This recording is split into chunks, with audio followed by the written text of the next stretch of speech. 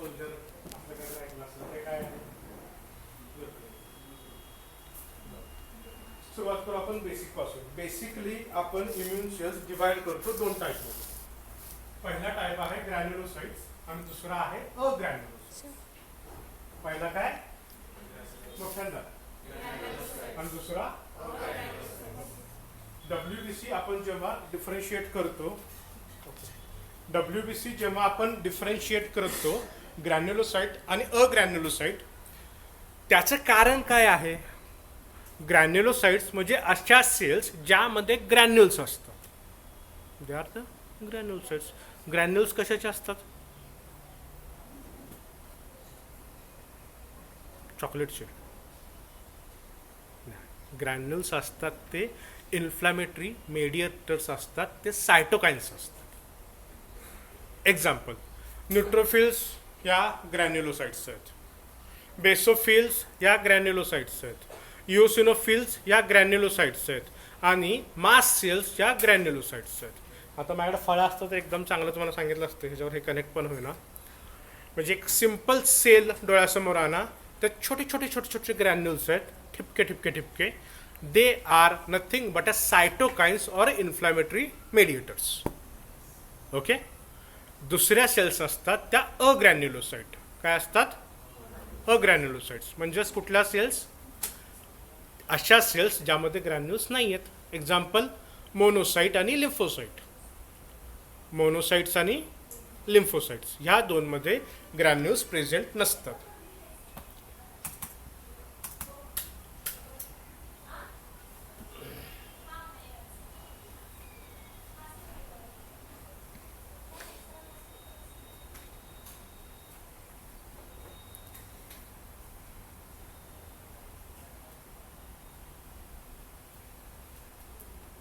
आता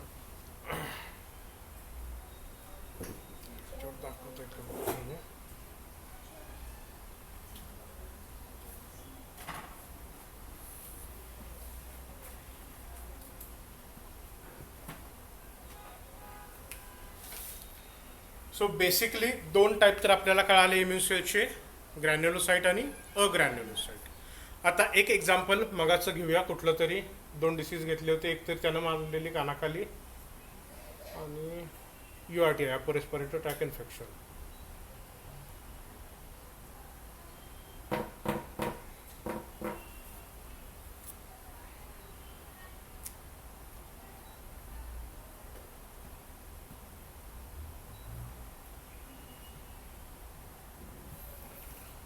okay. So basically पहिल्यांदा हा पार्ट कव्हर करतो. Introduction. Immune system is made up of organs.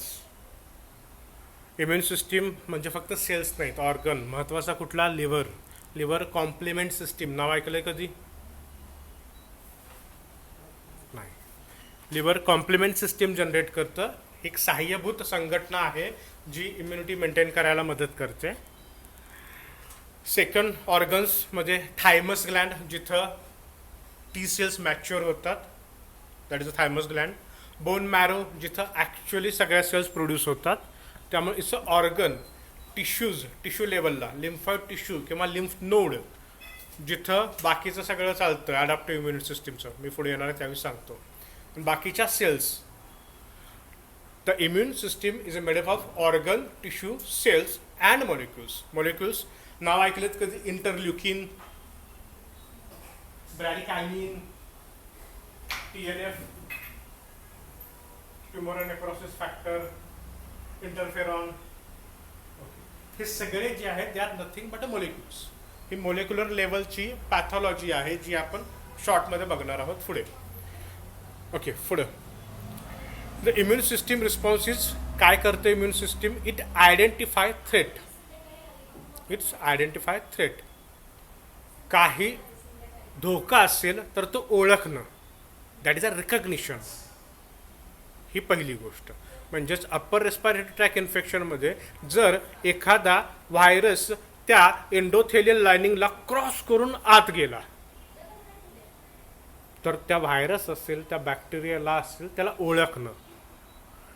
Second, ह्यानं मारलेली जी कानाखाली आहे त्यानं समजा इथलं एक नाही म्हटलं तर 1000 पेशी मेल्यात. सेल्स डाय झाल्यात ड्यू टू फिजिकल इंजुरी. आता फिजिकल इंजुरीमुळे डेथ झालेल्या सेलचा डेब्रिस तयार होईल. तो डेब्रिस काढून टाकावा लागेल. जर तसाच ठेवला तर तो त्रास देईल. बरोबर. मग तो cell debris is nothing but a threat. मग त्या इन्फेक्शनच्या अगेन्स्ट ह्यानं मारलेल्या कानाखाली आणि त्याच्यामुळे झालेली सेल्युलर डेथ त्याच्या अगेन्स्ट ओळखणं ही पहिली गोष्ट. That is recognition. Second, mount and attack. त्याला त्याच्यावर अटॅक करणं म्हणजेच काय, जर बॅक्टेरिया असेल व्हायरस असेल त्याला मारणं. आणि थर्ड, एलिमिनेट द पॅथोजन. तो पॅथोजन शरीरातून काढून टाकणं. आणि fourth, develop mechanism to remember the offender in case you encounter it again all within 10 days. म्हणजे जर चिकन पॉक्स झाला असला लहानपणी, झाला का बऱ्यापैकी सगळ्यांना, चिकन पॉक्स झाला असला तर परत का होत नाहीये, thanks to adaptive immune system. ती काय करते, त्या व्हायरसला ओळखण्यासाठी एक मेमरी तयार करते टी सेल्स मार्फत, जी परत जर तो व्हायरस तुमच्या शरीरात शिरला तर त्याच्या अगेन्स्ट बाहेरच्या बाहेर फिल्डिंग लावून काढून टाकतो. ठीक आहे. ओके. म्हणजे हे कसं आहे, भारत पाकिस्तानच्या मध्ये कुठंतरी ते भुयार काढून आत येत आहेत, ते भुयारं ओळखणं आणि ते पॅक करून टाकणं, या टाईपची सिस्टीम हे अडॉप्टिव्ह सिस्टीम काम करतं. पुढं आता मी बेसिक सगळं मगाशी कव्हर केले, ते रिपीट करत नाही आहे. आता इनेट इम्युन रिस्पॉन्स हा नॉन स्पेसिफिक असतो. पहिली शब्द नॉन स्पेसिफिक असतो म्हणजेच काय, कुठलाही व्हायरस असेल किंवा कुठलाही बॅक्टेरिया असेल त्याच्या अगेन्स्ट सेम रिस्पॉन्स दिला जातो. ओके. आता ही जी फर्स्ट लाईन आहे ही समजूया आपण इनेट इम्युन सिस्टीमची आहे. मी स्वतः व्हायरस आहे किंवा बॅक्टेरिया आहे, मी आलो आत की मला मारणं एवढंच त्यांना माहीत असतं. ते मला ओळखत नाहीत. मी डॉक्टर निलेश पाटील आहे, ह्याला मारायचा असला तर ह्याच्या गुडघ्यावर नाही तर डोक्यावर वार करायला लागतो, त्यांना माहीत नाही. मग डॉक्टर निलेश पाटील येऊ दे आणि कोणीतरी येऊ दे, त्याला एकाच पद्धतीनं मारणं हा इनेट इम्युन सिस्टीमचा एक ठळक मुद्दा असतो. दॅट इज अ रिस्पॉन्स हा नॉन स्पेसिफिक असतो. त्याच्यानंतर सगळ्यात महत्त्वाचं, रिस्पॉन्स हा फास्ट असतो. रिस्पॉन्स हा फास्ट असतो. फास्ट म्हणजे अगदी पहिल्या क्षणापासून ते अगदी 2-3 दिवसापर्यंत 10 दिवसापर्यंत सगळं झालेलं असतं. एवढं फास्ट काही तासातच तो रिस्पॉन्स जनरेट झालेला असतो. त्याच्यानंतर ह्याला मेमरी नसते. 3 गोष्टी इनेट इम्युन सिस्टीमच्या बद्दल लक्षात ठेवा. एक तर non specific, second fast, without memory. लक्षात राहत नाही काय आहे ते, आहे तसं पुढच्या वेळी मी जरी आलो तर तसाच मारतो. Non specific, fast and without memory. त्याच्या against adaptive system specific, slow, with memory. Specific म्हणजेच काय, निलेश पाटील आलाय त्याला कसं मारायचं ऑलरेडी ठरवलं, that is a specific. Slow का, तर तिथं प्रायमिंग व्हायला लागतं, सेल ॲक्टिवेट व्हायला लागतात, मग ॲक्टिव्ह झालेला सेल ह्या त्या बॅक्टेरिया किंवा व्हायरसच्या अगेन्स्ट काम करतात. आणि विथ मेमरी, परत जाताना आणि मेमरी सोडून जातात की परत मी आलो तर मला कसं हँडल करायचं. ह्या बेसिक 3 गोष्टी फक्त लक्षात ठेवा, बाकी डिटेल्स सांगत नाही. आता इम्युन सेल्समध्ये पहिला येतात न्यूट्रोफिल्स. न्यूट्रोफिल्स आर, तुम्ही आपण एक BMSला असताना वाक्यपाठ केलं आहे, फर्स्ट लाईन सोल्जर वगैरे. आता फर्स्ट लाईन सोल्जर म्हणजे न्यूट्रोफिल एखाद्या पॅथोजनला मारताना 2 पद्धतीने मारतात, माहीत आहे. एक काय करतात, फॅगोसायटोसिस, म्हणजेच त्या बॅक्टेरिया किंवा व्हायरसला एनगल्फ करतात, फॅगोझोम तयार होतो, लायसोझोम असतो, त्याचा फॅगोलायसोझोम होतो आणि तो बॅक्टेरिया व्हायरस मारला जातो, फॅगोसायटोसिस. दुसरा न्यूट्रोफिल कशा काम करतात, तर तुम्ही सगळे समजा व्हायरस आहे आणि मी एक न्यूट्रोफिल आहे, तर मी तुम्हा सगळ्यांना इनगल्फ करतो. मी अशा काही रिॲक्टिव्ह ऑक्सिडेटिव्ह स्पेसीज जनरेट करतो, फॉर एक्झाम्पल हायड्रोजन पेरॉक्साईड माझ्या स्वतःच्यात, आणि तुम्हाला घेऊन मी मरतो. तुम्ही बॉर्डर पिक्चर बघितला असला तर ते तो सुनील शेट्टी घेऊन असा काहीतरी जातो आणि त्या ह्याच्या खाली स्वतः पण मरतो आणि त्या टँकला पण उडवतो. त्या टाईपमध्ये. म्हणजे न्यूट्रोफिल एक तर फॅगोसायटोसिस पण करतात आणि न्यूट्रोफिल ह्या ऑक्सिडेटिव्ह बस्ट करून ऑर्गॅनिझम मारतात. फॅगोसायटोसिस फक्त 2% पॅथोजनला केलं जातं, रिमेनिंग पॅथोजन हे ऑक्सिडेटिव्ह बसने मारले जातात. आणि इथंच फ्री रॅडिकल जनरेट होतात, हा एक वेगळा मुद्दा आहे, तो सोडून देऊ, आपल्या सिलेबसचा पार्ट नाही. त्याच्यानंतर येतात eosinophil. Eosinophil they are specifically meant for parasite. काही पॅरासायटिक इन्फेक्शन असतील तर त्यांना खतम करायचं काम ह्या इओसिनोफिल करतात. यांच्यात पण ग्रॅन्युल्स आहेत. इओसिनोफिल ह्या कम्पॅरेटिव्हली लार्ज राहतात, मोठ्या राहतात. पॅरासाइट पण मोठा असतो, त्यांना कॅप्चर करायचं काम इओसिनोफिल करतात. त्यामुळं जर एखाद्याच्या CBC रिपोर्टमध्ये इओसिनोफिल वाढल्या असल्या तर तुम्ही काय म्हणाल, it's a parasitic infection. Second, eosinophil वाढतात ॲलर्जीमध्ये. ठीक आहे. मग जेव्हा CBC रिपोर्ट बघताय त्यावेळी जर एखाद्याच्या न्यूट्रोफिल वाढल्या असल्या तर ह्याचा अर्थ काय, आत्ता ऑलरेडी इन्फेक्शन ऑन गोईंग आहे आणि बॉडी त्याच्या अगेन्स्ट रिॲक्ट करायला लागली आहे फर्स्ट फेजमध्ये, आणि त्यामुळे त्या न्यूट्रोफिलची संख्या वाढली आहे. CBC ओळखता आला पाहिजे. हे न्यूट्रोफिल वाढल्यात म्हणजे नक्की काय झालं ते कळालं पाहिजे. पुढं इओसिनोफिल कळालं, पॅरासायटिक इन्फेक्शन आणि allergy. Third, basophil. Basophil against ह्या नॉन फॅगोसायटिक आहेत, फॅगोसायटोसिस करत नाहीत. ॲलर्जिक रिस्पॉन्समध्ये बेसोफिल वाढतात. अस्थमा असेल, हाईव्ज असेल, दॅट इज अ अर्टिकॅरिया, किंवा हायपरसेन्सिटिव्हिटी स्किन रिॲक्शन असेल तिथं. त्याच्यानंतर मास्ट सेल. मास्ट सेल काय सिक्रेट करतात, हिस्टामाइन. त्यामुळे आपण अँटी हिस्टामाइन ड्रग वापरतो, लिओसेट्रिझिन सेट्रिझिन सारखे. Mast cell same non phagocytic आहेत, ग्रॅन्युलोसाइट आहेत, ग्रॅन्युल सिक्रेट करायचं काम करतात. आता सगळ्यात महत्त्वाच्या आहेत त्या मोनोसाइट्स. मोनोसाइट्स ह्या जेव्हा ब्लडमध्ये सर्क्युलेट होतात तेव्हा त्याला आपण मोनोसाइट म्हणतो.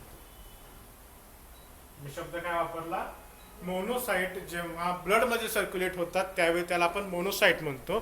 त्याच जेव्हा कन्वर्ट होऊन टिश्यू लेवल, लिम्फ आणि ब्लडमध्ये सर्क्युलेट होतात त्याला आपण डेंड्रॅटिक सेल म्हणतो. त्याच जेव्हा फक्त टिश्यूमध्ये राहतात त्यावेळी आपण त्याला मॅक्रोफेजेस म्हणतो. म्हणजे macrophages, dendritic cell, Kupffer cell, they are nothing but a type of a monocyte.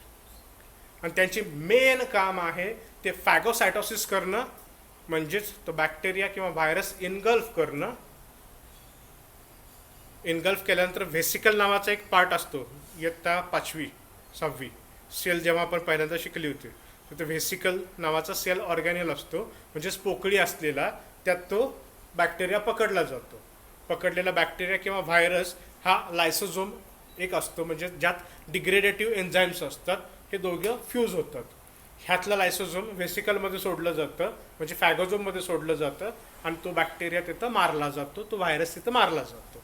मारल्यानंतर मोनोसाइटचं दुसरं मेन फंक्शन आहे त्या बॅक्टेरिया किंवा व्हायरसचे अमायनो ॲसिड स्वतःवर प्रेझेंट करणं.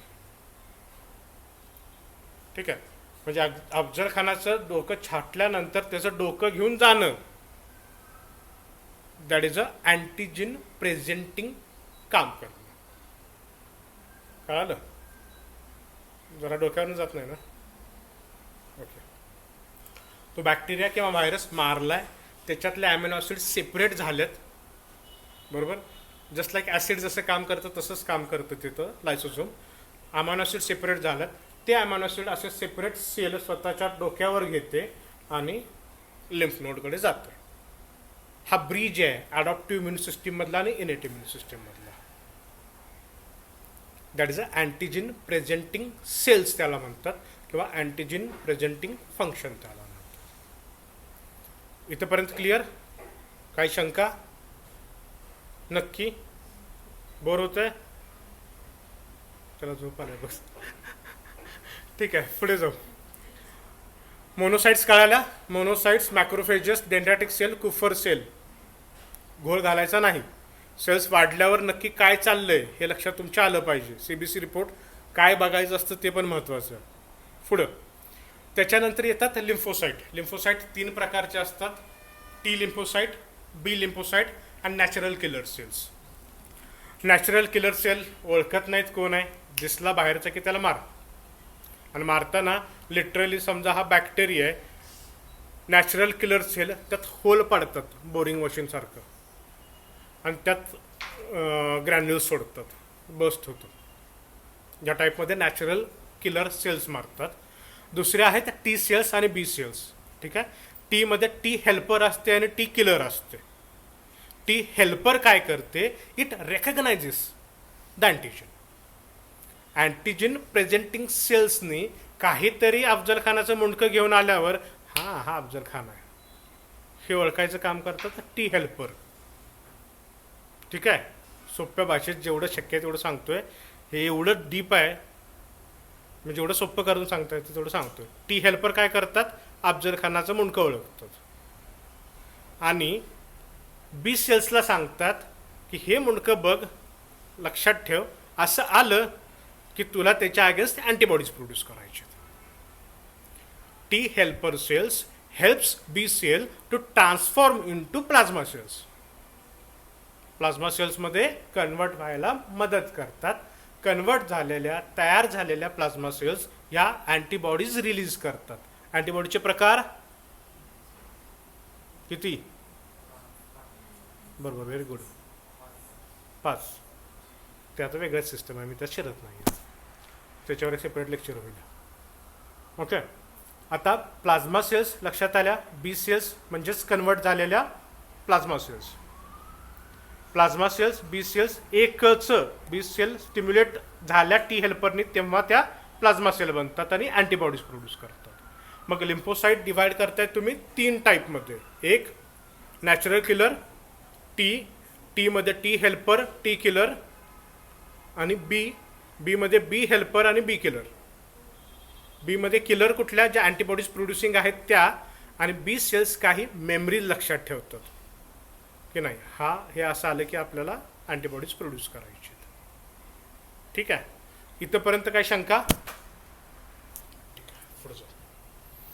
ह्यातलं सगळंच मी सांगितलेलं नाही आहे, बरंच आहेत गोष्टी, जेवढं गरजेचं आहे तेवढं पिकअप केलं. आता मेन टॉपिकला आपलं येऊया.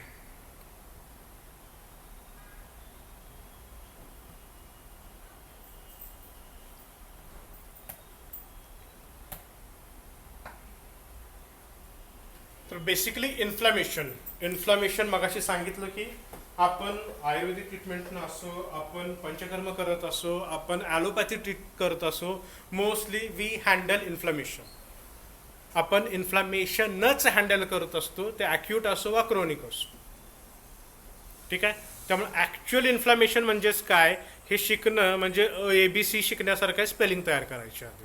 ही गोष्ट अशी आहे की माहीतच पाहिजे. ओके.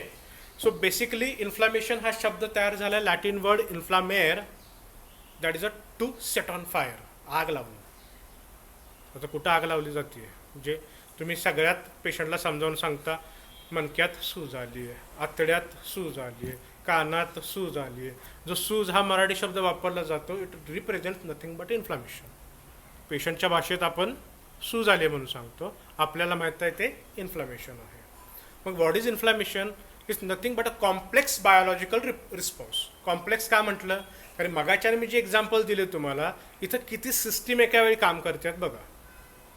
इथं तुमची स्किन काम करते, म्युकस मेम्ब्रेन काम करते, म्युकोसिलियरी ॲपॅरेटस काम करत आहे, त्याच्यानंतर एंडोथिलियल सेल्स काम करत आहेत, मग आत गेल्यावर तुमच्या मॅक्रोफेजेस काम करत आहेत, न्यूट्रोफिल्स काम करत आहेत, कित्येक सायटोकाइन्स, इन्फ्लामेटरी, प्रो इन्फ्लामेटरी मेडिएटर्स काम करतात. त्यामुळे it's nothing but a complex biological response. आता महत्त्वाची गोष्ट इथं काय आहे, जेव्हा इन्फ्लामेशन क्रिएट केलं जातं बॉडी करून, तेव्हाच त्याच वेळी ते इन्फ्लामेशन सप्रेस करायची पण बॉडी तयारी ठेवते. जर तसं केलं नसतं तर झालेला URTI हा तुम्हाला आयुष्यभर त्रास देत गेला असता. तसं होतं का? नाही. इन्फ्लामेशन होतं, तुम्हाला फिवर येतो, नाकातनं पाणी व्हायला लागतं, घसा दुखतो. बॉडी तुम्ही मेडिसिन घेतलेत नाही घेतलेत तरी फिजिकली बॉडी त्याला कोपअप करायचा प्रयत्न करते.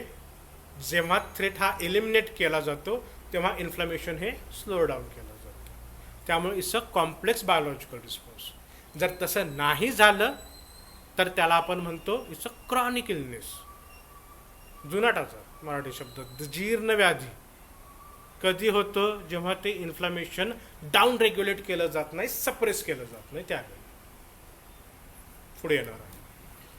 It's a complex biological response of a body tissue or to any harmful stimuli. Harmful stimuli त्यानं मारलेली कानाखाली असो, आपल्या मजनूनं पिलेलं ऑर्गॅनोफॉस्फरस कंपाऊंड असो, किंवा गाऊट झालेला असो, कुठलाही हार्मफुल स्टिम्युलायच्या अगेन्स्ट बॉडीनं उभा केलेली सिस्टीम आहे. Or injury such as pathogen damage or damage cells and irritant जाऊ दे. It's a protective response involving molecular mediator, immune cell आणि ब्लड वेसल्स. काय आहे मी सांगतो पुढं. फंक्शन.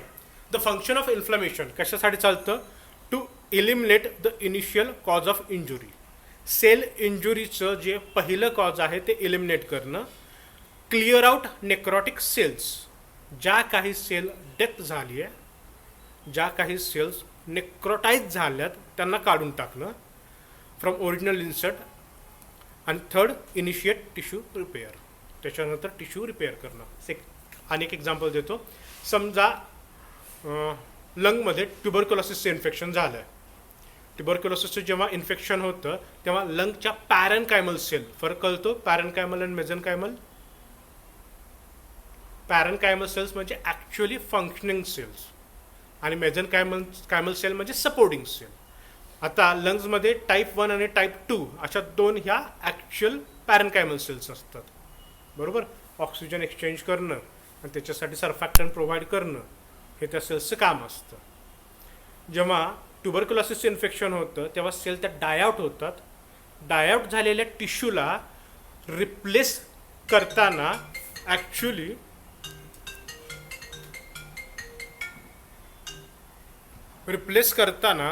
तिथं रिपेअर होत नाही, तिथं सेल रिजनरेट होत नाही, तिथं रिप्लेस केल्या जातात. तिथं फायब्रॉटिक टिश्यू येते आणि त्यामुळे आपण शब्द वापरताना लंग फायब्रोसिस झालं आहे असा शब्द वापरतो. मग लिव्हर फायब्रोसिस असेल ड्यू टू अल्कोहोलसारखं, पॅनक्रियाटिक फायब्रोसिस असेल, म्हणजे जेव्हा टिश्यू मरते तेव्हा आयदर ती रिप्लेस केली जाते ओरिजिनल सेल्सनी किंवा तिथं फायब्रोसिस केलं जातं. तुम्हाला लहानपणी जर एखादा मार लागला असला आणि तिथं असलेला व्रण, that is nothing but a example for fibrosis. Original tissue तिथं होत नाही, तिथं फायब्रोब्लास्ट येतात आणि फायब्रोसिसची कंडिशन केली जाते. पुढे जाऊ आपण. The goal of inflammation is to respond to stimuli and restore balance. जो काही स्टिम्युलाय आहे, पॅथोजेनिक असेल नॉन पॅथोजेनिक असेल, त्याला रिस्पॉन्ड करणं आणि रिपेअर टिश्यूचं करणं हे इन्फ्लमेशनचं मेन काम असतं. आता की साईन इन्फ्लमेशन लहानपणी म्हणजे फर्स्ट इयरला पाठ केला असेल तुम्ही. दॅट इज अ डॉलार, कॅलार, रुबार, ट्युमार आणि फंक्च्युअलिस. पहिला काय? पेन. पेन का असतं? पेन कशामुळे असतं? व्हॉट इज द पॅथॉलॉजी और पॅथोफिजिओलॉजी बिहाइंड पेन? नास्ती रुजावातात विना. तो आता काय आहे? सेल्युलर लेवलला ब्रॅडिकायनिन सिक्रेट होतं. सिक्रेट झालेलं ब्रॅडिकायनिन हे नर्वच्या एंडिंगला स्टिम्युलेट करतं. नर्व एंडिंग स्टिम्युलेट झाल्यावर काहीतरी अनप्लिजंट इन्फॉर्मेशन सेंट्रल ब्रेनला प्रोव्हाइड करते. That is a pain. ठीक आहे. त्याच्यानंतर हीट जनरेट होते. का हीट जनरेट होते? लोकल ब्लड सप्लाय वाढवला जातो, टिश्यू परमॅबिलिटी वाढते, त्याच्यामुळं हीट जनरेट होते. Third, redness. ब्लड आलं की रेडनेस दिसणार. कानाखाली त्यानं मारली आहे, लाल का होतंय? का? तर तिथला ब्लड सप्लाय वाढलाय, टिश्यू परमॅबिलिटी वाढली आहे, वेझोडायलेशन झालंय, त्याच्यामुळे तिथं रेडनेस दिसतं. माउथ अल्सर रेड आहे, सूज आली आहे, कशावर बघून सांगताय? कोलोनोस्कोपीत लाल लाल दिसतंय. अल्सरेटिव्ह कोलायटिसची केस घ्या. अल्सरेटिव्ह कोलायटिसमध्ये रेड पॅच दिसला तुम्हाला, हा अल्सरेटिव्ह कोलायटिस आहे. Why it's red? बिकॉज व्हेझोडायलेशन आणि इन्क्रीज टिश्यू परमॅबिलिटी. पुढं swelling. That is a tumour. Swelling कधी जनरेट होईल? अगेन टिश्यू परमॅबिलिटी वाढली, व्हेझोडायलेशन झालं, एक्झुडेट तयार झाला, म्हणजेच काय? ब्लड वेसल सोडून लिकेज झालं, इथं साठायला चालू झालं. That is a swelling. आणि शेवटी लॉस ऑफ फंक्शन. एक्झाम्पल परत लंग्सचं घेऊ. फायब्रोसिस झालं आहे ट्युबरक्युलोसिसमुळं, तेवढा पार्ट काम करत नाही. फायब्रोसिस झाले लिव्हरचं ड्यू टू अल्कोहोल, तेवढा पार्ट काम करत नाही. दॅट इज अ फंक्शुअल एसी. टाईप्स दोन, एक तरी ॲक्यूट इन्फ्लामेशन असतं किंवा क्रॉनिक इन्फ्लामेशन असतं. क्रॉनिक इन्फ्लामेशनचं एक्झाम्पल देतो. एक तरी rheumatoid arthritis. Okay, rheumatoid arthritis is nothing but a chronic inflammation. Acute inflammation, जाता जाता थटला गुडघा आणि दुखायला लागला, दॅट इज ॲक्यूट इन्फ्लामेशन. किंवा तुम्हाला बसलेला URTI, कोरोनाचं infection, it's a acute inflammation. Acute इन्फ्लामेशनचं रॅपिड ऑनसेट असतो. काही मिनिटांपासून, तासांपासून, काही दिवसांपर्यंत चालणारं इन्फ्लामेशन असतं. इथं मेनली ग्रॅन्युलोसाइट्स काम करतात. टिश्यू इंजुरी माइल्ड असते किंवा मॉडरेट असते आणि ऑफन सेल्फ लिमिटेड राहते. जरी गुडघ्याला लागलं तर काही नाही घेतलं तर 2-4 दिवसात बरं व्हायला चालू होतं. साइन सिम्पटम मात्र प्रॉमिनंट असतात. त्याच्या अगेन्स्ट क्रॉनिक इन्फ्लामेशन हे स्लो ऑनसेट असतं. काही महिने, काही वर्ष ते चालू शकतं. Mononuclear cells, that is a monocyte आणि लिम्फोसाइटचा मेन रोल असतो. टिश्यू इंजरी ही सिव्हिअर असते. Ulcerative colitis, Crohn's disease, that is inflammatory bowel disease example. Sign symptom हे लेस प्रॉमिनंट असतात, कम्पॅरेटिव्हली लेस प्रॉमिनंट असतात, जिथं अधूनमधून ॲक्यूट अटॅक येऊ शकतात. उदाहरणार्थ अस्थमा. स्टिम्युलाय. आता स्टिम्युलाय हा इन्फ्लामेशनचा पॅथोजन असू शकतो, टॉक्झिन्स असू शकतात, ट्रॉमा असू शकतो, इरिटंट असू शकतात. मगाशी मी जसे तुम्हाला एक्झाम्पल दिले 6 टाईप सांगितले टिश्यू इंजुरीचे: physical, chemical, nutritional, microbial, immunological, psychological आणि मेटाबॉलिक. तिने ॲड केलेलं आहे. चांगलं आहे. ठीक आहे, या पद्धतीनं असू शकतो. Inflammation can be triggered by external and internal stimuli. बाहेरून दिलेला कन्फाड, त्यानं हा एक्सटर्नल स्टिम्युलाय झाला, ट्रॉमा. मेटाबॉलिक चेंजेस बॉडीत झालेले, that is a excessive production of uric acid, हा इंटरनल स्टिम्युलाय झाला. एक्सटर्नल स्टिम्युलाय आपण डिवाइड करतो 2 टाईपमध्ये. एक आहे नॉन मायक्रोबियल, दुसरा आहे मायक्रोबियल. नॉन मायक्रोबियलमध्ये ॲलर्जेन येतात, इरिटंट येतात, टॉक्झिक कंपाऊंड येतात. बरोबर. ॲलर्जन फॉर एक्झाम्पल डस्ट असेल, पोलन ग्रेन्स असतील, किंवा एखाद्याला ग्लुटेनची ॲलर्जी असते, ते हा एक्सटर्नल नॉन पॅथॉलॉजिकल स्टिम्युलाय झाला. मायक्रोबियल. आता इथनं 2 पुढं महत्त्वाच्या कन्सेप्ट मी सांगणार आहे, लक्षात ठेवायच्या. एक आहे पॅम्स, काय मोठ्यांदा, आणि दुसरी आहे डॅम्स, काय डॅम्स. पॅम्स दॅट इज अ, नाही कधी ऐकलंच नव्हतं ना तुम्ही पॅम्स डॅम्स. जाऊ थांबा. एक तरी बॅक्टेरिया रेकग्नाइज कसा केला जातो, व्हायरस कसा रेकग्नाइज केला जातो, बॉडी आल्यावर कसं कळतं की बाबा ह्याच्या अगेन्स्ट काम करायचं आहे, बॉडी सेल्फ आणि नॉन सेल्फ कसं ओळखते, तर त्याला काही सर्टन कंडिशन्स आहेत. बॅक्टेरिया वॉलमध्ये जे पेप्टिडोग्लायकॅन असतं किंवा लायपोसॅकराइड्स असतात. आपली पण वॉल लायपोसॅकराइडने बनलेली असते, बट बॅक्टेरियापेक्षा वेगळी असते. Okay. Fungal wall component Menon किंवा RNA आणि DNA यासारख्या कंडिशन आपल्या सेल्स, इम्युन सेल्स ओळखतात आणि त्याच्यानुसार ते हे करतात. आता पॅम्स म्हणजे येतो शब्द pathogen associated molecular compound, PAMP. PAMP, pathogen associated molecular compound. आता फिगर मला काढता येत नाही, पण थोडंसं इमॅजिन करा. समजा हा बॅक्टेरिया आहे, ओके, आणि व्हायरसचं स्ट्रक्चर बघितलं तुम्ही. हा व्हायरस आहे, मी असा रॉड केला आहे, ठीक आहे. बॅक्टेरिया रॉड करतो, इकोलाई घ्या, आणि व्हायरस गोल करतो, कोरोनाचं बघितलं असेल तुम्ही. आता पॅम्प्स म्हणजेच काय, त्या व्हायरसवर जे सरफेस अँटीजन प्रेझेंट असतात ना, त्याला पॅम्प्स म्हटलं जातं. That is a pathogen associated molecular patterns. कंपाऊंडच्या ऐवजी पॅटर्न शब्द पाहिजे होता. Pathogen associated molecular pattern. आणि समजा कोलाई बॅक्टेरिया आहे, त्याची जी सेल वॉल आहे ती बॉडी रेकग्नाइज करते, त्यामुळे त्याला पॅम्प्स म्हटलं जातं. That is a pathogen associated molecular patterns. दुसरा येतात डॅम्स, म्हणजे damage associated molecular patterns. DAMPs म्हणजे damage associated molecular patterns. Example, हां, तिला पळायची सवय नाही आहे आणि उद्या उगाच 5 किलोमीटरची मॅरेथॉन ती पळायला गेली आहे. 5 किलोमीटरची मॅरेथॉन आहे ती पळायला गेली आहे. कशी बशी पळली, 5 किलोमीटर कंप्लीट केले. रात्री झोपल्यावर तिचे पाय दुखतात. का दुखतात? का दुखतात? इथं डॅम्स येतात. तिनं जी एक्सेसिव्ह फंक्शन केलं आहे त्याच्यामुळे जी काही सेल्युलर डेथ झाली आहे, म्हणजेच जो काही डॅमेज झाला आहे, जी काही सेल डेथ झाले, सायटोकाइन्स रिलीज झाल्यात, तो dams, that is a damage associated molecular patterns stimulate करतात परत इम्युन सेल्सला की तिथं झीज झाली आहे, सेल डेब्रिज झाला आहे, त्याला कॅप्चर कर, भरून काढ आणि सेल त्या रिजनरेट होण्यासाठी मॉलिक्युल्स सिक्रेट कर. That is a dams.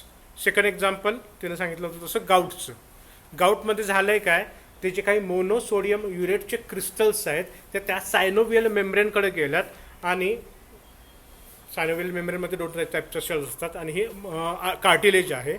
सायनोवियल मेम्ब्रेनच्या तिथं गेल्यात. एक सेल काय करते तर सेल डेब्रिस किंवा काही जर घाण आली तर कलेक्ट करायचं काम करते आणि दुसरी सेल काय करते तर सायनोवियल फ्लूइड तयाराचं काम करते. मग जेव्हा ते मोनोसोडियम युरेटचे क्रिस्टल्स इथं जातात, हा जॉईंट आहे, इथं जातात त्यावेळी जी सेल डेब्रिस गोळा करणारी सेल आहे ती सेल लार्ज अमाऊंटमध्ये ते मोनोसोडियम क्रिस्टलचे युरेट गोळा करते, जी त्याला सहन होत नाही आणि तिची डेथ होते.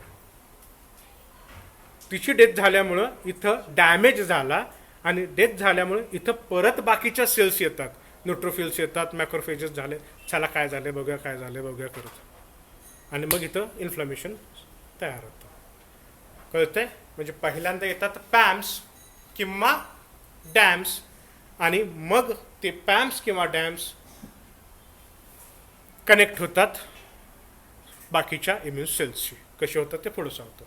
आता internal stimuli, that is a damage associated molecular patterns release when plasma membrane injured or cell dies. आपल्या शरीरातल्या स्वतःच्या सेलची जर प्लाझ्मा मेम्ब्रेन इंज्युअर झाली किंवा सेल डेथ झाली तर इथं डॅम्स तयार होतात. दे ट्रिगर द इन्फ्लामेशन. ते परत इन्फ्लामेशन ट्रिगर करायचं काम करतात. उदाहरणार्थ एक कॉमन तुम्ही जेव्हा फेस करता जॉईंट डिसऑर्डर तेव्हा तो 3 टाईप्सचा मोस्टली असतो. Either it's osteoarthritis, second either it's a rheumatoid arthritis किंवा इट्स अ गाउटी आर्थरायटिस. जेव्हा आपण ऑस्टिओआर्थरायटिस म्हणतो it's nothing but a degenerative inflammation. जेव्हा मी गाउटी आर्थरायटिस म्हणतो इट्स अ मेटाबॉलिक इन्फ्लामेशन. आणि जेव्हा मी रुमॅटॉइड आर्थरायटिस म्हणतोय तेव्हा it's a auto immune inflammation. हा बेसिक फरक आला. कसं ओळखायचं, काय ओळखायचं ते नंतरचा पार्ट. मग डिजनरेटिव्ह इन्फ्लामेशनमध्ये काय होतं, डिजनरेशन झाल्यामुळं, सेल डेथ झाल्यामुळं तिथं डॅम्स होतंय आणि डॅम्स तिथे इन्फ्लामेशन क्रिएट करत आहे. फरक कळतोय? पॅम्स डॅम्स जात नाही ना वरनं विमान, पुढं जाऊया.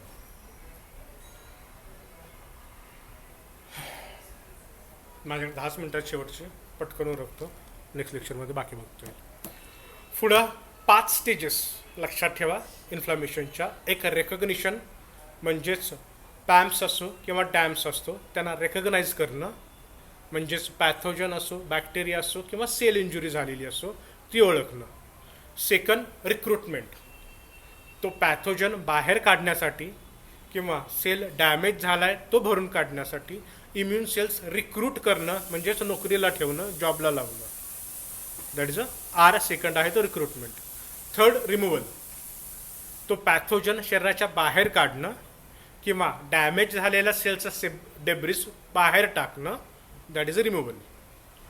रेग्युलेशन, जे काही हे आत्ता ह्या 3 गोष्टी करायला, काही इन्फ्लामेशन क्रिएट करायला मॉलिक्युलर लेवलला जे चेंजेस झालेत ते डाऊन रेग्युलेट करणं, म्हणजेच वेझोडायलेशन झाले ते वेझो कन्स्ट्रिक्ट करणं, कॅपिलरी परमॅबिलिटी वाढली आहे ती कमी करणं, बाकीचे जे सायटोकाईन सिक्रेट झालेत ते कमी करणं.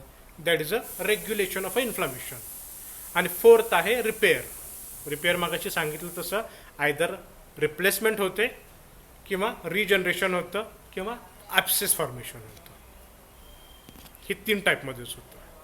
आता मी ज्या काही सांगतोय गोष्टी ह्या कुठल्याही डिसीजला तुम्ही लागू करू शकता आणि कुठलाही डिसीज शिकतानाही येतच. ठीक आहे. पुढे मी रिपीट करतो. फर्स्ट आहे,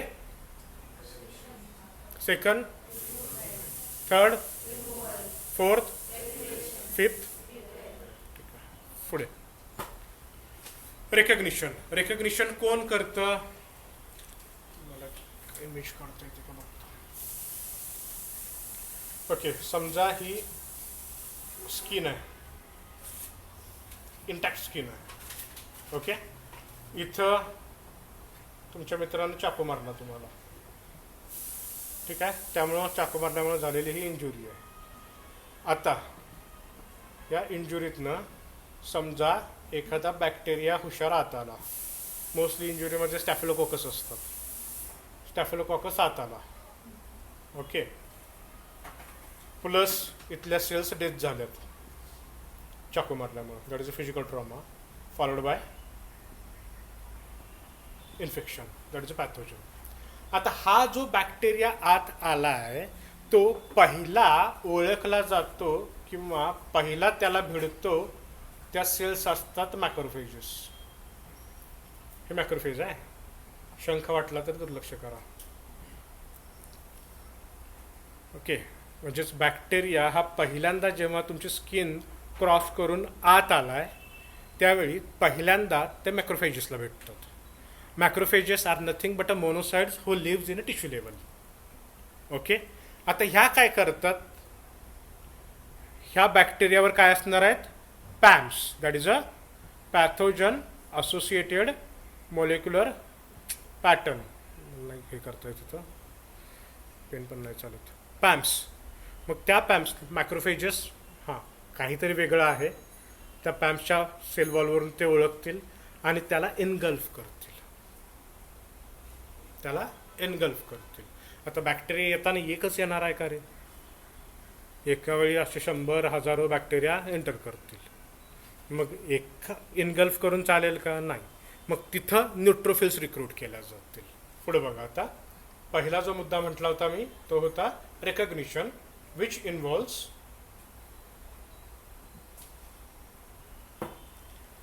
macrophages, dendritic cell, Kupffer cell आणि mast sale.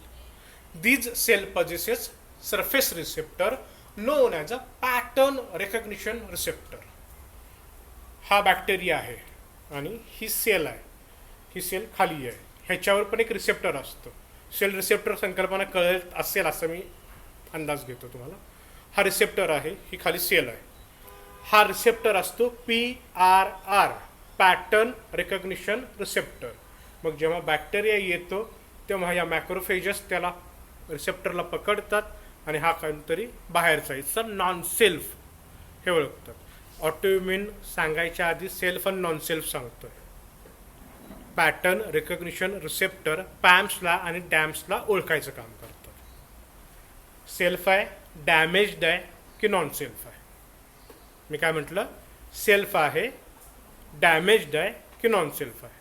Non self bacteria आला आहे. Okay, which binds two subclasses of molecule, pathogen associated molecule आणि damaged associated molecule.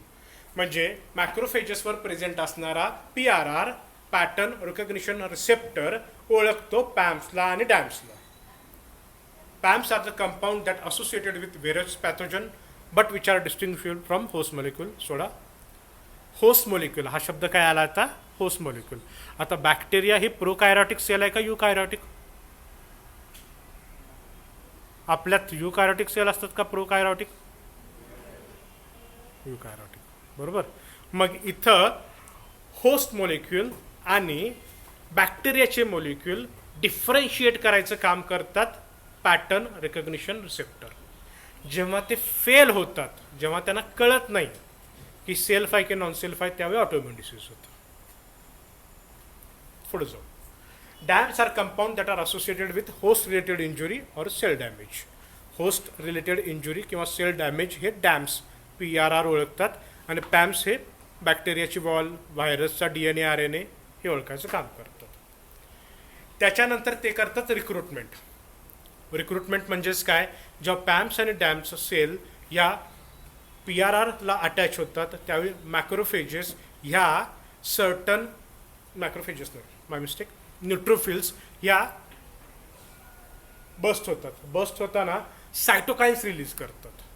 तिथं प्रेझेंट असणाऱ्या मास्ट सेल्स असतील, बेसोफिल्स असतील, ह्या सायटोकाइन्स रिलीज करतात. That is a process of degranulation होते.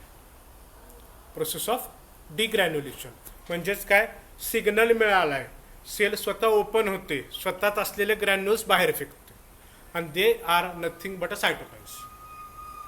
जेव्हा सायटोकाइन्स हे बाहेर फेकले जातात तिथं जास्तीत जास्त WBC आणल्या जातात, आणि त्या जास्तीत जास्त WBC आणण्यासाठी पहिली गोष्ट घडते व्हेझोडायलेशन.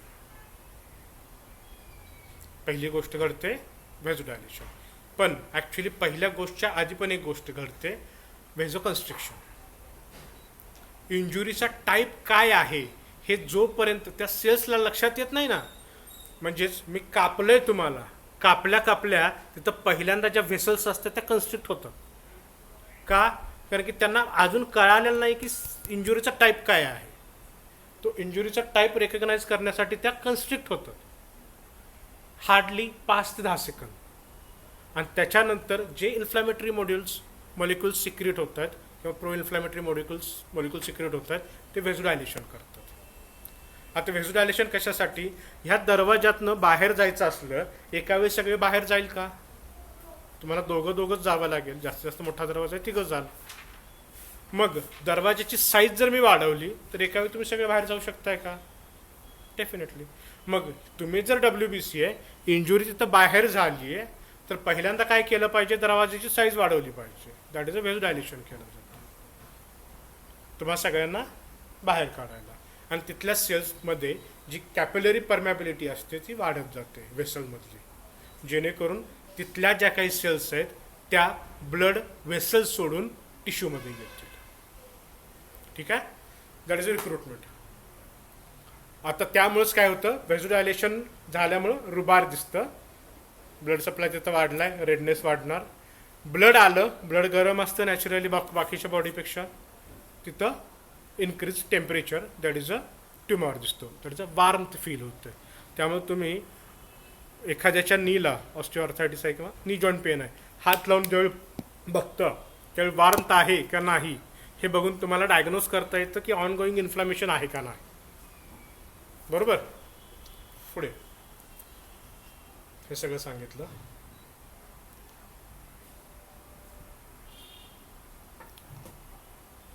व्हॅस्क्युलर इव्हेंट सांगितला, सेल्युलर इव्हेंट पण सांगितलं. आता तिथं डिफरंट टाइप्स ऑफ WBC जमा झाल्यात, न्यूट्रोफिल्स आल्यात, मोनोसाइट्स आल्यात, मॅक्रोफेजेस आल्यात, सगळं आलं. आता इथं चालू होतं रिमूव्हल. जसं सांगितलं, फॅगोसायटोसिस ही मेन प्रोसेस आहे, जिथं ॲक्च्युली तुम्हाला माहिती आहे का, लिटरली त्या मॅक्रोफेजेस असा स्वतःचे 2 हात बाहेर काढतात, सुडोपोडा म्हणतात त्याला, आणि त्या बॅक्टेरियाला, व्हायरसला कवेत घेतात आणि आत ओढून घेतात. सेल्युलर लेवलला कसलं मेकॅनिझम चालत असेल विचार करा. ती सेल स्वतः हात बाहेर काढते, त्याला कवेत घेते, पोटात घेते, आणि मग फॅगोझोम लायसोझोम कन्वर्ट एकमेकात फ्यूज होतो, फॅगोसायटोसिस प्रोसेस होते.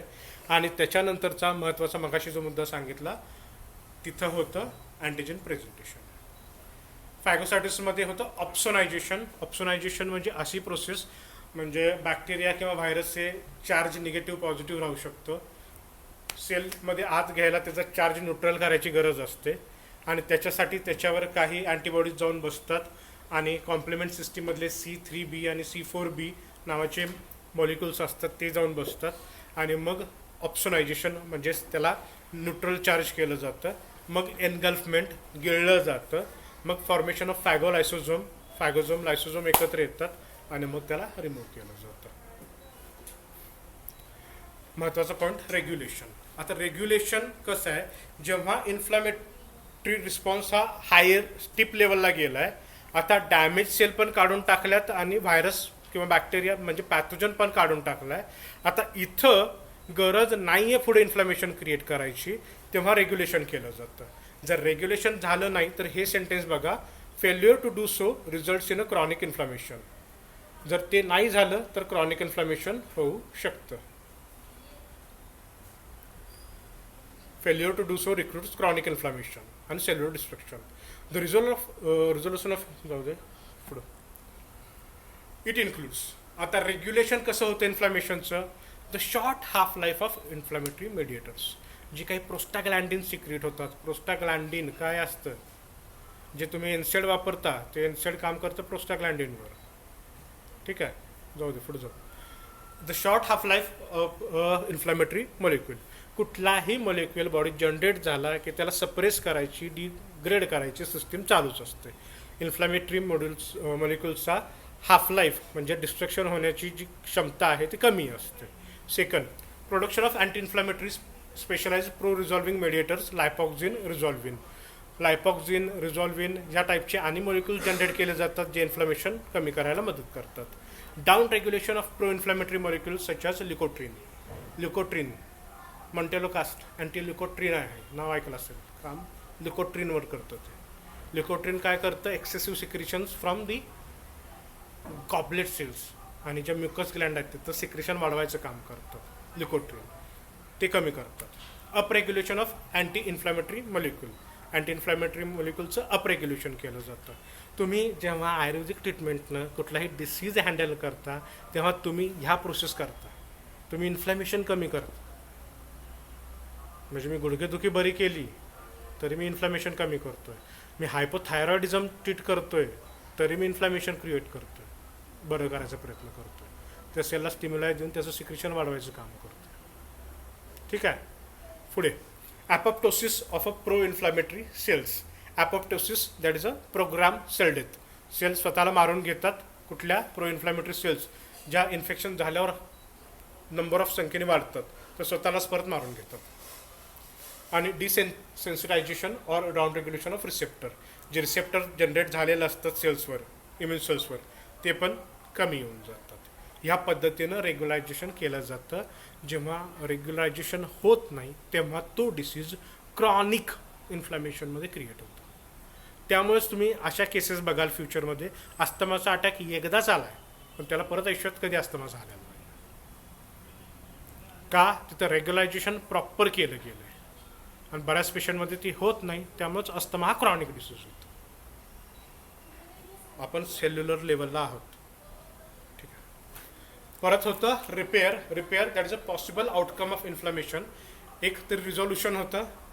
रिझोल्युशन म्हणजे जे काही डॅमेज झालेल्या सेल्स असतील, तो व्हायरस असतील, सगळ्यांना बाहेर केलं जातं, बाहेर टाकलं जातं आणि सेल्स या रिजनरेट होतात. मगाशी मी जसा शब्द वापरला, लिव्हरमधल्या सेल्स दॅट इज अ हेपॅटोसाईट.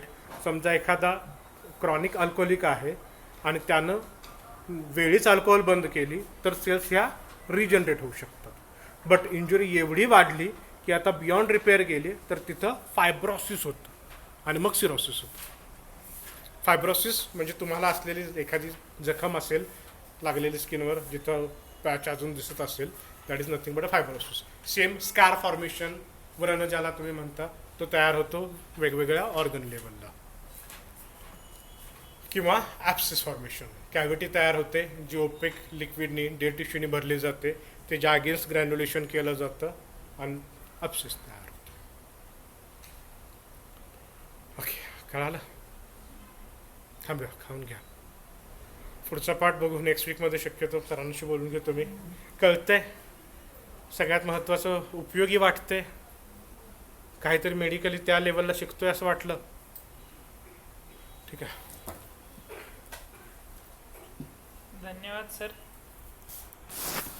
थोडंसं सुरुवातीला जरा आपल्याला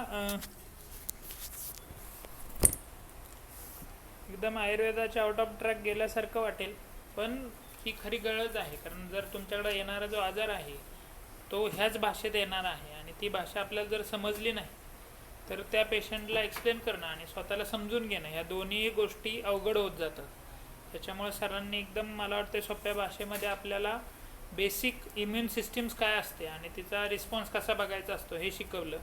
आणि मग हा जो इम्युन रिस्पॉन्स जर अल्टर्ड झाला त्याच्यामुळे काय काय व्याधी होतात हे आपण 1-2 सेशन लागणार आहे सरांनी असं सांगितलं. तर मग तो सगळा पार्ट आपण नेक्स्ट वीकमध्ये घेऊयात. सरांनी वेळात वेळ दिला त्याबद्दल सरांचं मनापासून स्वागत.